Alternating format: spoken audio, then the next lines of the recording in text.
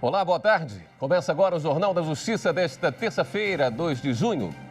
Ministro Celso de Mello rejeita pedido de apreensão de celular do presidente Jair Bolsonaro. Na decisão, o ministro ressaltou a necessidade de cumprimento de eventual ordem judicial, mesmo quando seja destinada ao próprio presidente da República. E você vai ver também. Segunda turma do Supremo retoma julgamento de ação penal contra o ex-deputado federal Aníbal Gomes. Na primeira turma da corte, ministros mantêm condenação de acusado de roubo na empresa em que trabalhava.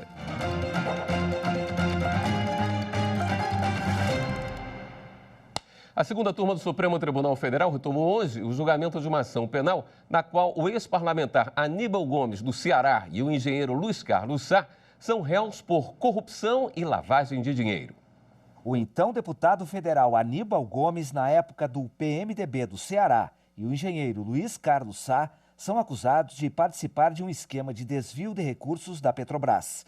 A denúncia teve origem nas investigações da Operação Lava Jato.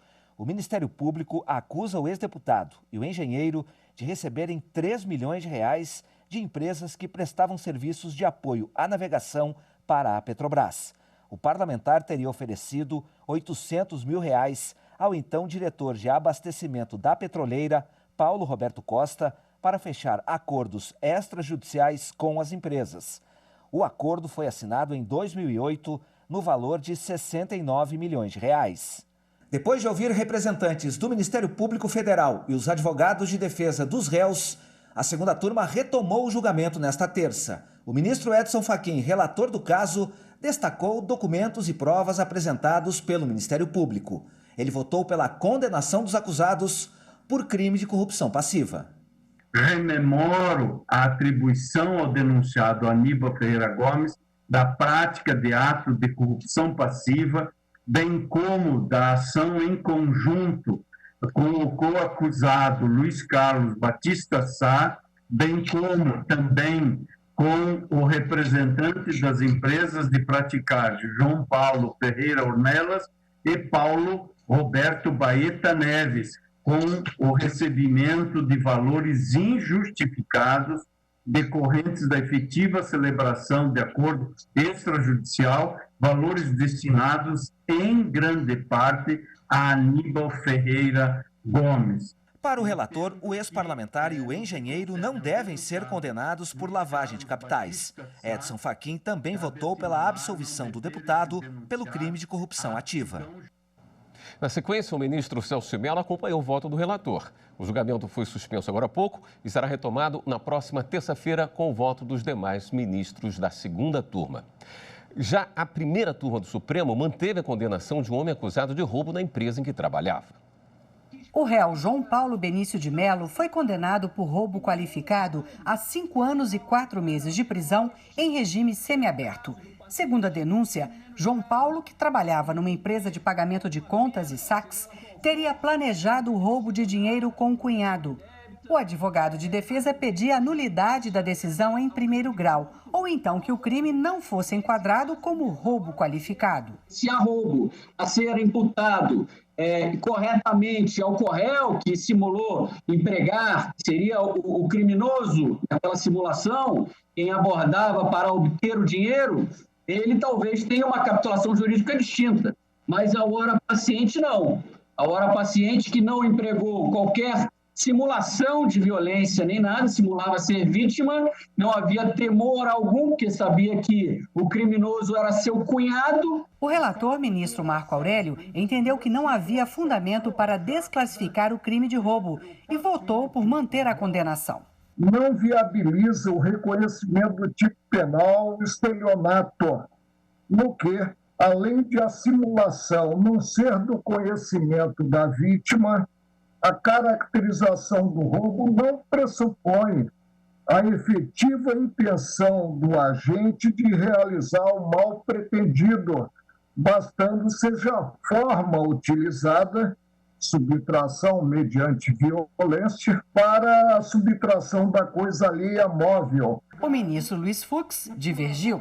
A maioria da primeira turma, no entanto, seguiu o relator. O ministro Luiz Roberto Barroso lembrou que o réu devolveu o dinheiro e foi perdoado pelo dono da empresa, mas que isso não muda a natureza do crime. Tecnicamente não faria grande diferença jurídica, embora acho que do ponto de vista moral faz diferença sim, porque revela que a empresa continua a depositar alguma fé e que teria superado o episódio. Porém, a nós, a essa distância dos fatos, não resta alternativa senão julgar à luz dos elementos que temos. E na sessão plenária de amanhã, os ministros do Supremo devem analisar processos sobre direito do trabalho. Esse é o tema do comentário de hoje da nossa consultora jurídica, Karina Zucolotto. Olá, e quarta-feira é dia de julgamentos no plenário do Supremo Tribunal Federal, que continua acontecendo por meio de videoconferências. Na pauta dirigida para esta semana, nós temos 6 processos elencados, mais 3 grandes temas: direito do trabalho, composição do Tribunal de Contas e política nacional de salários. O primeiro deles é um recurso extraordinário com repercussão geral reconhecida e que pode ser retomado com o voto vista do ministro Marco Aurélio. Esse recurso questiona uma decisão do TST que teria garantido aos trabalhadores portuários avulsos o mesmo direito aos 40% adicionais por atividade de risco que é garantido aos trabalhadores permanentes com vínculo de emprego em razão do princípio da igualdade estabelecido pela Constituição Federal. O relator, ministro Edson Fachin, já proferiu seu voto mantendo a decisão do TST, mas o julgamento ainda não foi concluído.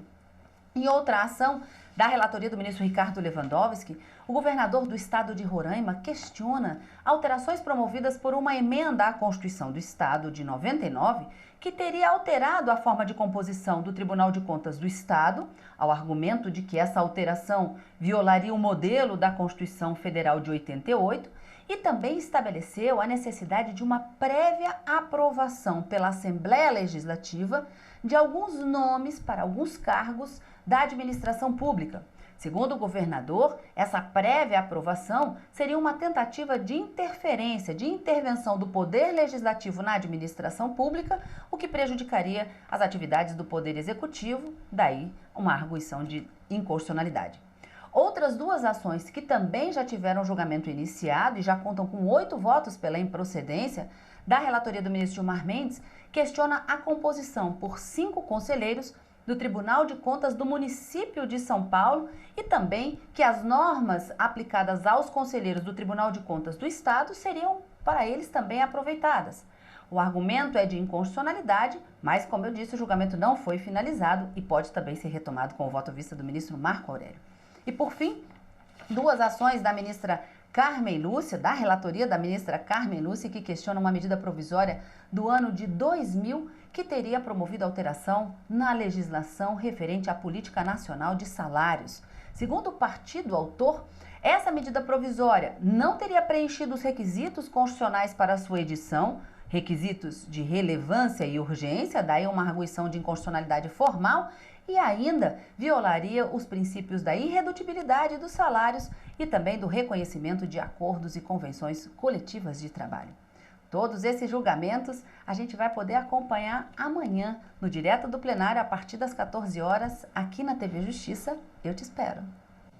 O ministro Celso de Mello, do Supremo Tribunal Federal, aceitou a manifestação da Procuradoria-Geral da República e negou o pedido de 3 partidos políticos para apreender o celular do presidente da República, Jair Bolsonaro. O caso foi arquivado. Celso de Mello é relator do inquérito no Supremo que investiga a suposta interferência política de Jair Bolsonaro na Polícia Federal.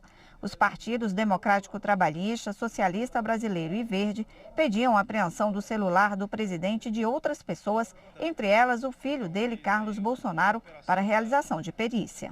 Na decisão, o ministro afirmou que não se pode desconhecer que o monopólio da titularidade de ação penal pública pertence ao Ministério Público, que age nesta condição com exclusividade em nome do Estado, e que não compete ao Poder Judiciário avaliar se os elementos veiculados em notícia crimes revelam-se suficientes ou não para justificar e para autorizar o oferecimento de denúncia. Ao arquivar o pedido de apreensão do celular do presidente Jair Bolsonaro, o decano da Corte lembrou as manifestações do governo antes mesmo de haver decisão. No despacho, o ministro Celso de Mello ressaltou as consequências de descumprimento de uma ordem judicial. O ministro afirmou que contestar decisões judiciais por meio de recursos ou de instrumentos processuais idôneos, sim. Desrespeitá-las por ato de puro arbítrio ou de expedientes marginais, jamais. Celso de Mello afirmou ainda que o ato de insubordinação ao cumprimento de uma decisão judicial, monocrática ou colegiada, por envolver o descumprimento de uma ordem emanada do Poder Judiciário, traduz gesto de frontal transgressão à autoridade da própria Constituição da República e que é tão grave a inexecução de decisão judicial por qualquer dos poderes da República ou por qualquer cidadão que, tratando-se do chefe de Estado, essa conduta presidencial configura crime de responsabilidade. Celso de Mello afirmou ainda que o Brasil enfrenta gravíssimos desafios, que o Supremo Tribunal Federal está atento à sua alta responsabilidade institucional e não vai renunciar ao desempenho isento e impessoal da jurisdição, fazendo prevalecer os valores da democracia. O ministro da Justiça e Segurança Pública, André Mendonça, pediu que a Polícia Federal investigue o vazamento de informações cadastrais e patrimoniais do presidente da República, Jair Bolsonaro, e de outras autoridades. Os dados foram divulgados na noite desta segunda-feira por um grupo de hackers. As investigações devem apurar crimes previstos no Código Penal, na Lei de Segurança Nacional e na Lei das Organizações Criminosas. E no próximo bloco, o ministro Alexandre de Moraes toma posse como membro efetivo do Tribunal Superior Eleitoral. Honestidade, colocar assim, ser honesto até mesmo nas pequenas coisas que você tem no dia a dia.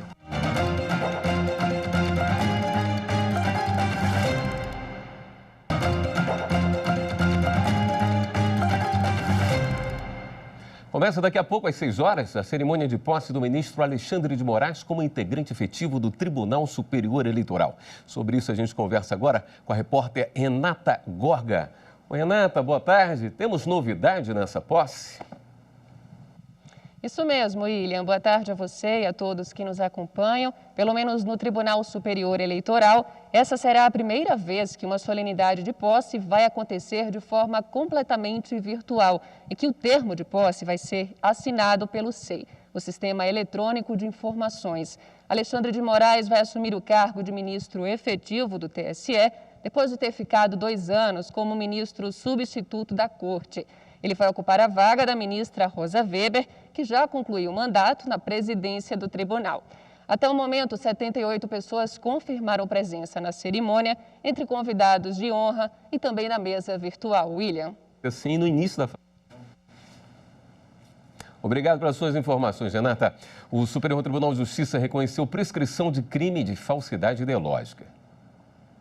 O caso envolve um vereador acusado de usar 2 mulheres como laranjas para representar uma empresa e, com isso, conseguir fechar contrato com a Prefeitura de Porto Velho. Elas tiveram os nomes incluídos na razão social da empresa em 2003 e 2007. A denúncia foi recebida somente em 2013. Em 2018, no julgamento do recurso especial, o STJ reduziu a pena imposta pelo Tribunal de Justiça de Rondônia, mas não conheceu a prescrição do crime. O vereador, então, entrou com pedido de revisão criminal, analisado pela 3ª Seção da Corte. O relator, ministro Reinaldo Soares da Fonseca, reconheceu a prescrição da pretensão punitiva no crime de falsidade ideológica, já que se passaram mais de 4 anos entre a data dos delitos e o recebimento da denúncia. O ministro destacou que, no caso analisado, a redução da pena foi para 1 ano, 2 meses e 12 dias. Por isso, de acordo com o Código Penal, a prescrição é de 4 anos.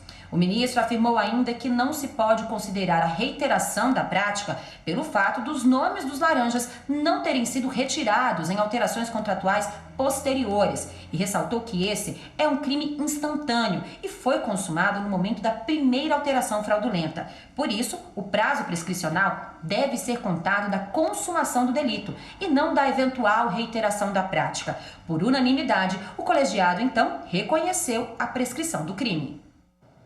Nesta terça-feira, a Polícia Civil do Distrito Federal realizou a 2ª fase da Operação Checkmate. O alvo é uma quadrilha que fraudava o sistema do Detran para furtar e revender veículos. Na ação foram cumpridos 3 mandados de prisão e 4 de busca e apreensão em Samambaia e Águas Lindas de Goiás. As investigações apontaram que os criminosos conseguiam hackear o sistema informatizado do Detran do Distrito Federal e, com isso, habilitar senhas inativas de servidores do órgão. Os bandidos chegaram a usar senhas vinculadas a policiais. Com elas, os criminosos conseguiam ter amplo acesso ao sistema e retirar as restrições dos veículos de interesse da quadrilha. Depois conseguiam procurações falsas em cartórios na Bahia. De acordo com a polícia, até agora, pelo menos 4 veículos foram furtados e revendidos neste esquema. Em abril deste ano, 2 pessoas da mesma quadrilha foram presas na Operação Checkmate 1. Somando todos os crimes, a pena dos envolvidos pode chegar a 20 anos de prisão. O Detran do Distrito Federal informou que foi comunicado sobre as falhas do sistema e que adotou medidas para aumentar a segurança de acesso à rede. O Sindicato dos Empregados em Estabelecimentos Bancários de Curitiba, no Paraná, conseguiu na Justiça o direito de representar os empregados do Banco Bradesco em ação trabalhista. O caso foi julgado pela segunda turma do Tribunal Superior do Trabalho. A discussão teve início em ação coletiva para pedir o pagamento de horas extras e adicional noturno. O sindicato sustentava a necessidade de intervenção da Justiça diante da violação da jornada de trabalho dos empregados do banco. O Tribunal Regional do Trabalho da 9ª Região havia extinguido o processo com fundamento na falta de legitimidade do sindicato para atuar em nome do grupo de empregados. Para o TRT, a natureza da pretensão envolveria direitos individuais heterogêneos, o que afastaria a legitimidade do sindicato. O caso chegou ao Tribunal Superior do Trabalho. O relator do caso na segunda turma, ministro José Roberto Pimenta, explicou que o que legitima a substituição processual pelo sindicato é a defesa coletiva de direitos individuais homogêneos. A homogeneidade, segundo o ministro, não está nas consequências individuais do patrimônio de cada trabalhador, mas no ato praticado pelo empregador de descumprir normas regulamentares e de lei, que ocasiona prejuízos a todos os empregados. Dessa forma, o sindicato poderá representar os bancários legitimamente. E a seguir, promovido pelo Conselho Nacional de Justiça, o programa Justiça pela Paz em Casa julga mais de 30 mil processos sobre violência doméstica em uma semana. Justiça, eu acho que é regularizar, né, o que está errado, aquilo que... fazer as coisas da forma que tem que ser feita, né?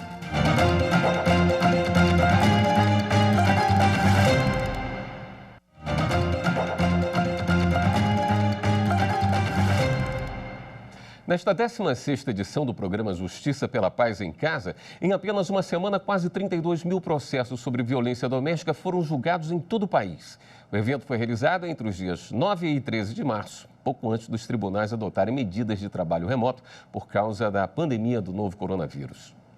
A Semana pela Paz em Casa é um evento organizado pelo Conselho Nacional de Justiça em parceria com os Tribunais de Justiça dos Estados. O objetivo é dar mais agilidade ao julgamento de processos que tratam da violência contra a mulher. As semanas são realizadas 3 vezes ao ano. Os tribunais estaduais concentram esforços e julgam o máximo de casos envolvendo agressão contra mulheres. Durante a Semana pela Paz em Casa, também são realizados cursos de capacitação e palestras para incentivar a igualdade de gênero. Segundo dados do CNJ, desde 2015, quando foi criado o projeto, foram realizadas 16 semanas de mutirão. 219 mil sentenças já foram dadas e 114 mil medidas protetivas determinadas.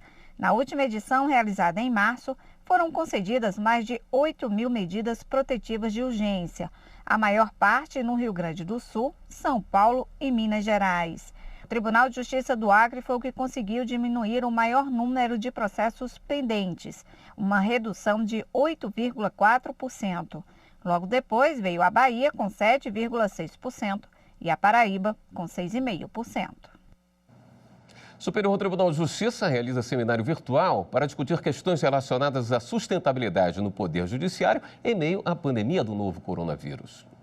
É pelas redes sociais do Superior Tribunal de Justiça que as apresentações do Seminário de Planejamento Estratégico Sustentável do Poder Judiciário estão sendo feitas. O primeiro painel trouxe o tema qualidade de vida no trabalho remoto e contou com a participação do ministro do STJ, Vilas Boas Cueva. O ministro falou um pouco da experiência do gabinete dele, que antes mesmo do início da pandemia já tinha parte da equipe em trabalho remoto. Para o ministro, a tendência é cada vez mais incorporar tecnologias que auxiliam na eficiência dos resultados. Não podemos olhar para trás, não se trata de a gente ser contra a tecnologia, ela veio para ficar. Nós temos que incorporar o que há de melhor e aprender o que há de melhor. Nós falávamos há pouco que algumas ferramentas permitem integrar o teletrabalho com a participação conjunta na criação de textos, objetos, apresentações, aplicativos nos celulares que cada vez são mais eficazes. A mediação do painel foi feita pela assessora de qualidade de vida do Ministério Público do Trabalho, Isabela Medeiros. Quem também participou foi a secretária de Gestão de Pessoas do Tribunal Superior Eleitoral, Ana Cláudia Mendonça. Ela destacou a necessidade de ter uma gestão flexível no teletrabalho e o olhar especial que deve ser dado neste momento. O trabalho não é este lugar que você vai. Hoje a gente pode trabalhar de qualquer lugar, né? Então, ele sai dessa noção do lugar físico do trabalho e a gente começa a trocar os indicadores de hora cadeira por resultados, né? Então, o trabalho é muito mais os resultados que você entrega do que um local físico para onde você vai. Quem acompanhou o evento pelas redes sociais pôde deixar comentários e fazer perguntas aos participantes. O seminário vai até o dia 5 de junho e as informações, como temas e horários das lives, estão disponíveis no site do STJ. Uma unidade de acolhimento não pode fechar durante a epidemia. A decisão é do Tribunal de Justiça de São Paulo. A ação foi ajuizada pela Defensoria Pública, que queria evitar o fechamento da unidade na região da Cracolândia, no centro da capital paulista. A Justiça de São Paulo acrescentou ainda que o município tem o dever constitucional de propiciar serviços de assistência social e de saúde onde for necessário. No fim da tarde de ontem, tomaram posse os novos diretores das seções e subseções judiciárias da Primeira Região da Justiça Federal. Os diretores e vice-diretores vão cumprir o mandato até maio de 2022. A posse dos novos diretores das seções e subseções judiciárias da Primeira Região da Justiça Federal ocorreu em uma cerimônia virtual.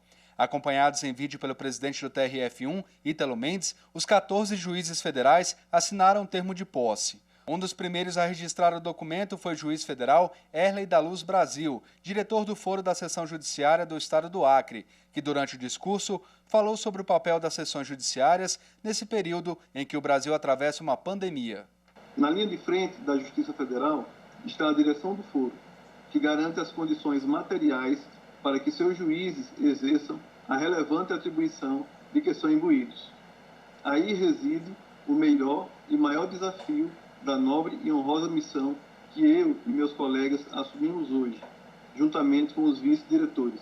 O presidente do TRF da Primeira Região, Ítalo Mendes, fez uma reflexão sobre a atual situação do Brasil, as dificuldades enfrentadas pelo sistema judiciário e o compromisso do tribunal com a sociedade. Vivemos uma situação de crise sanitária, que dificulta e muito a atuação da administração. Vivemos uma situação de dificuldade orçamentária, mas nós temos, apesar dessas crises e dessas dificuldades, uma missão fundamental, que é um compromisso nosso com o jurisdicional, envergando sempre a sua bandeira do compromisso com o interesse público. O complexo penitenciário da Papuda, em Brasília, registrou a segunda morte de detento por Covid-19. O homem de 40 anos cumpria pena no Presídio Federal 2. Ele morreu nesta segunda-feira no Agarram, hospital de referência no Distrito Federal para tratamento de doentes do novo coronavírus. De acordo com a última atualização, o sistema prisional do DF contabiliza 998 infectados. O Jornal da Justiça fica por aqui. Na sequência, você acompanha ao vivo aqui na TV Justiça posse do ministro Alexandre de Moraes como membro efetivo do Tribunal Superior Eleitoral. Até amanhã.